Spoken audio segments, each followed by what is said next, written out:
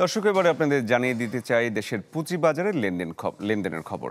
আজকে দেশের চতুর্থ কার্যদিবস শেষে লেনদেন এবং সূচক উভয়ই বেড়েছে ঢাকা স্টক এক্সচেঞ্জ এবং চট্টগ্রাম স্টক এক্সচেঞ্জে। আমরা দেখতে পাচ্ছি ঢাকা স্টক এক্সচেঞ্জে 60 পয়েন্ট বেড়ে আজকে সর্বশেষ সূচক অবস্থান করছে 5,302 পয়েন্টে।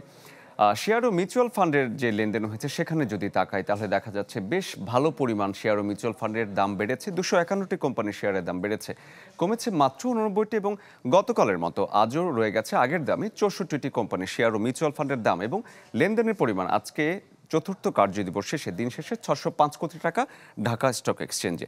চট্টগ্রাম স্টক এক্সচেঞ্জেও একই অবস্থা, সেখানেও সূচক বেড়েছে মাত্র 6 পয়েন্ট বেড়েছে যদিও, আর সর্বশেষ অবস্থান করছে 1080 পয়েন্টে। আর লেনদেনের পরিমাণের দিকে যদি তাকায় চট্টগ্রাম স্টক এক্সচেঞ্জেও 115টি কোম্পানির শেয়ার ও মিউচুয়াল ফান্ডের দাম বেড়েছে, 88টি কমেছে এবং গতকালের মতো রয়ে গেছে 37টি কোম্পানির শেয়ার ও মিউচুয়াল ফান্ডের দাম। চতুর্থ কার্যদিবসে চট্টগ্রাম স্টক এক্সচেঞ্জে দিন শেষে লেনদেনের পরিমাণ ছিল 14 কোটি টাকা।